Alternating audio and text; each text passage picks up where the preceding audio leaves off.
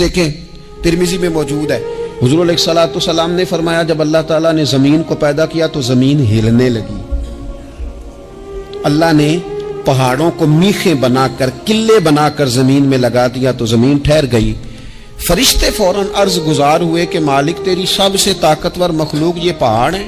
فرمایا نہیں، لوہا جو ہے نا وہ پہاڑوں سے بھی طاقتور ہے، کیونکہ لوہا پہاڑ کو کاٹ دیتا ہے۔ یا اللہ پھر لوہا سب سے طاقتور ہے؟ فرمایا نہیں، آگ اس سے بھی طاقتور ہے۔ کیا آگ سب سے طاقتور ہے؟ تو فرمایا نہیں، پانی بھی ہے۔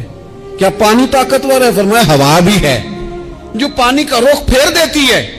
مسلمانوں خدا را اس سے بڑا ذوق نہیں ملے گا۔ میں طاقتور ہونے کا طریقہ بتا رہا ہوں۔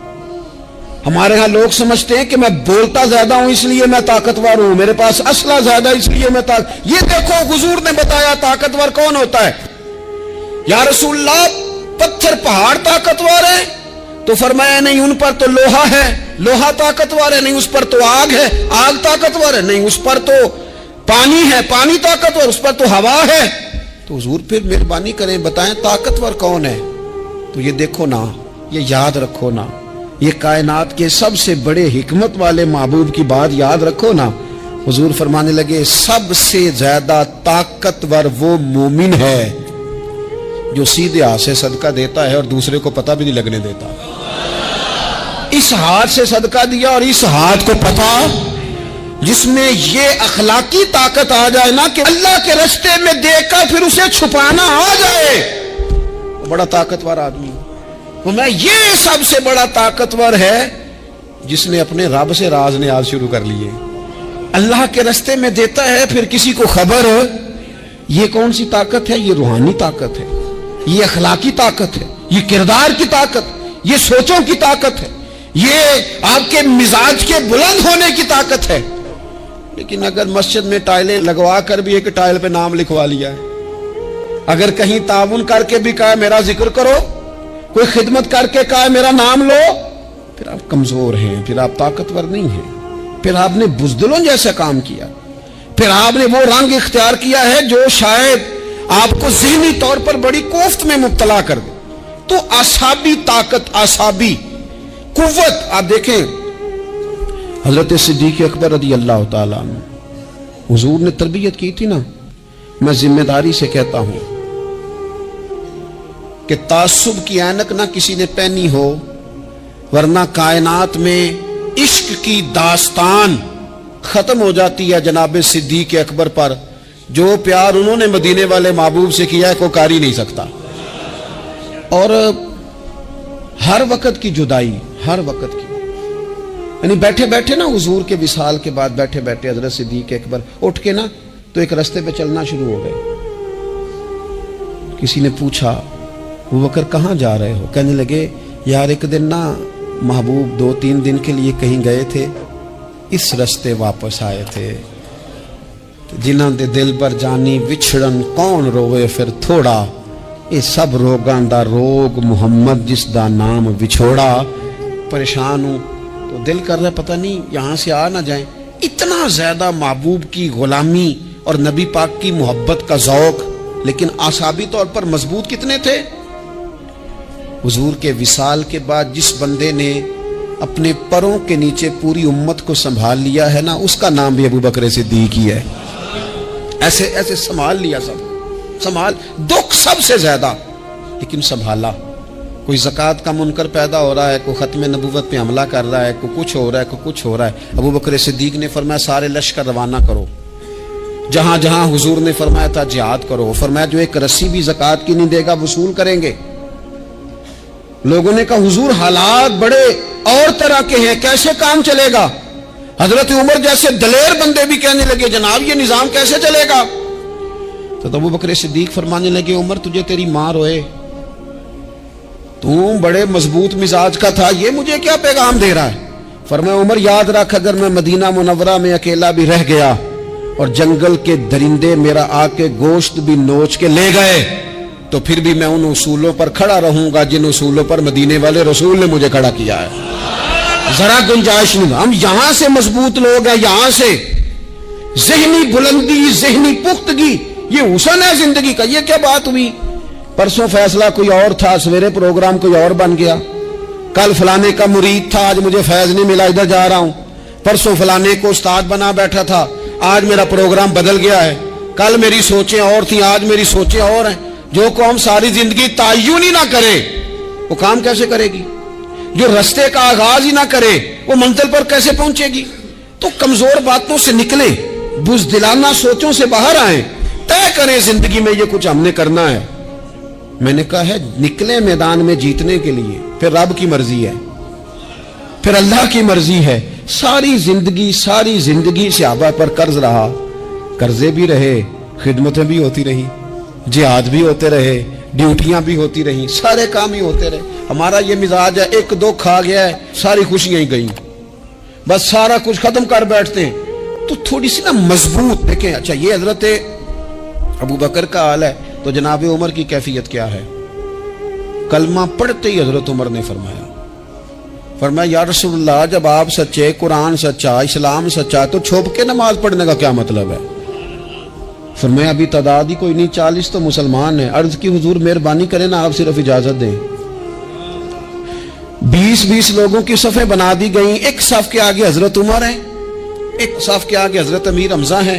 जनाब उमर कहने लगे चूंकि आप अल्लाह के रसूल हैं तो लिहाजा नमाज भी आज अल्लाह के घर में पढ़ी जाएगी। तो हजरत उमर बैतुल्लाह शरीफ के बीच खड़े होकर नारा लगाते हैं, फरमाते हैं मैं उमर हूं, तुम मुझे भी जानते हो, मेरे बाप को भी जानते हो, तुम मेरा कबीला भी जानते हो, मैंने पढ़ लिया है महबूब का कलमा। अब जिसने बच्चे यतीम कराने हो और अपनी बीवी बेवा करानी हो वो आए और मुझे रोके। ये महबूब अल्लाह के हैं और घर भी अल्लाह का है, तो नमाज भी आज अल्लाह के घर में ही पढ़ी जाएगी। जब तक इंसान यहां से ताकतवर नहीं होता, फिर बात आई सैयदना उस्मान गनी की। मैं पहला वहां ओना रिंदा तो जिन्हें खुली बगावत की थी, ये पूरा कबीला और तरफ है। उस्मान तेरे घर में माल है, दौलत है, वजादारी है, लोग सारे क्या करेंगे? वालिद मुखालिफ, चचा मुखालिफ। हजरत उस्मान गनी जैसे आदमी को पकड़ के बांध दिया गया घर में। पर उस्मान गनी कहने लगे मैं उन बुज़दिलों में से नहीं हूं जो मोहब्बत भी करें और इजहार भी ना कर सके, जो दावा भी करें और फिर उनके अंदर ताकत इजहार भी ना हो। फरमाया तुम जितना बांध सकते हो बांध लो, तुम अपनी दौलतें, हुकूमतें और अपना जाहो जलाल संभाल के रखो, हमने तो गुलामी का फैसला कर लिया है। और फिर की गुलामी उन्होंने। और जहां तक बात है शेर खुदा हजरत अलीउल मुर्तदा की, हजरत अलीउल मुर्तदा शेर खुदा का तो ये हाल था कि सारी जिंदगी मैदान में रहे। एक दिन हुजूर ने सिर्फ फरमाया कि आज आपको नहीं लेके जाना, आप थोड़ा ना मेरे नायब बनकर, हुजूर किसी ना किसी को नायब बना के मदीने में छोड़ के जाए। एक दिन सिर्फ कहा नहीं लेके जाना। तो हजरत मौला अली रोने लगे, कहने लगे हुजूर मैं बच्चों के बीच रहूं, औरतों के बीच रहूं, मेरी तलवार को जंग लग जाएगा। हुजूर मुझे तो घोड़े पे बैठना पसंद है। अच्छा मैं आपको एक और बात भी अर्ज करूं, पहले भी मैंने कहा था फिर कहता हूं, कुछ लोग पढ़े लिखे होते हैं बहादुर नहीं होते। हजरत अली के इल्म का भी कमाल उरूज पे और बहादुरी भी पूरे उरूज पे। जिंदगी ना बहादुर लोगों की होती है। ये शहाबुद्दीन गौरी लेटे हैं यहां सुहाबा में, तो किसी ने पूछा उनसे कि यार आप कहां रहते हैं? कहने लगे मैं घोड़े की पुश्त पे होता हूं, हमारे बच्चे बड़ी सोनी फोटो बनाते हैं। इनसे पूछें आजकल आप क्या करते हैं, तो कहते हैं मोबाइल चलाते हैं। आप क्या करते हैं? फोटो खींचते हैं। आप क्या करते हैं? कहते हैं वो ना मुझे ऐसा अजीब मसला है मोबाइल का कि बच्चों की ना मतलब मैं कई दफा सोचता हूं कि अगर इन्हें कुछ 4 घंटे मोबाइल से अलहदा रहना पड़ा ना, तो हो सकता है कि इनको डॉक्टर को भी दिखाना पड़ जाए, इतनी खूब बुरी हालत हो गई। मुझे ढेर सारे दोस्त कहते हैं जी आप टेलीफोन पे मिलते नहीं। मैंने कहा मैं पहले मिला करता था जब तक लोगों की जेब में मोबाइल था, जब से लोगों ने हाथ में पकड़ लिया ना, तो फिर तो एक दिन में 100 नंबर मिलता है, तो फिर आप कैसे मोबाइल पे रहेंगे? फिर तो एक ही काम है, या फोन सुनेंगे या कोई और काम करेंगे। तो थोड़ी सी हिम्मत वाली जिंदगी गुजारें। बुज़दिलाना बातें, कमजोर बातें हमारे बच्चों को भी कमजोर कर देंगी।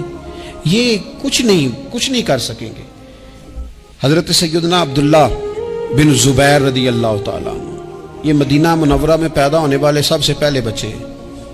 हजरत सैयदना अबू बकर सिद्दीक रदी अल्लाह ताला अन्हु के नवासे हैं, हुजूर के फुफ्फो जनाब सफिया के पोते हैं, और अशरा मुबशरा सहाबी हजरत जुबैर बिन अवाम उनके बेटे। शुरू से ही बड़े बहादुर थे। एक दिन कुछ बच्चे गली में खेल रहे थे तो एक शख्स ने आके ना चीख मारी, डराया, सारे बच्चे भाग गए। जनाब अब्दुल्ला इब्ने जुबैर कहने लगे क्यों भागते हो, अब चीखों से भी डरोगे, वापस आओ सारे, मैं तुम्हारा अमीर हूं, आओ जरा इस पर हमला करें। हम सारे भागे और ये अकेला खड़ा रहे। उस पर हमला किया, वो डराने वाला खुद डर के भाग गया। थोड़ा सा ना मिजाज, ज़ेन, तबीयत देखे ना, बदतमीजी और चीज का नाम है, लेकिन गुफ्तगू का मजबूत होना ये और चीज का नाम है। बच्चों को जब पूरी तरह यहां तो हम उनको इस कदर ज्यादा कमरों में बंद रखते हैं कि जब वो निकलते हैं बागी हो जाते हैं। यहां फिर ये होता है कि उनके अंदर जो सलाहियतें होती हैं वो पूरी तरह दब जाती हैं। वो जो कैफियत होती हैं जो एक मर्दाना वस्फ पे होनी चाहिए उनके अंदर मौजूद नहीं होती। इकबाल कहते हैं आईने जवां मर्दा हक गोइयो बेबाकी, अल्लाह के शेरों को आती नहीं रूबाही। और ये जो सहमे दोस्त हैं ना, बिलखुसूस गरीब तबके से, उनसे मैं अर्ज करूंगा कभी किसी की गाड़ी देखकर मरूब नहीं होना, कभी किसी के महंगे कपड़ों के रोब में नहीं आना, कभी नहीं। हालात के सहमे हुए लोगों को बता दो हालात बदल जाते हैं, एक जैसे नहीं रहते। कभी कमजोर ना पड़े और जगह जगह अपने दुख भी ना बताएं, जगह जगह अपने दुख ना बताएं, हिम्मत करें, हिम्मत करें। वो एक शायर ने कहा था कि बाहिम्मत लोग कभी हारा नहीं करते, या वो जीत जाते हैं या कुछ सीख जाते हैं। वो ना मैदानों में रहते हैं, कमजोर ना पड़े। ये जो इतना लंबी लिस्ट बन गई है ना, इतनी लंबी लिस्ट मांगने वालों की, इतना लंबी फहरिस्त हो गई है, हर सिग्नल पे, हर चौक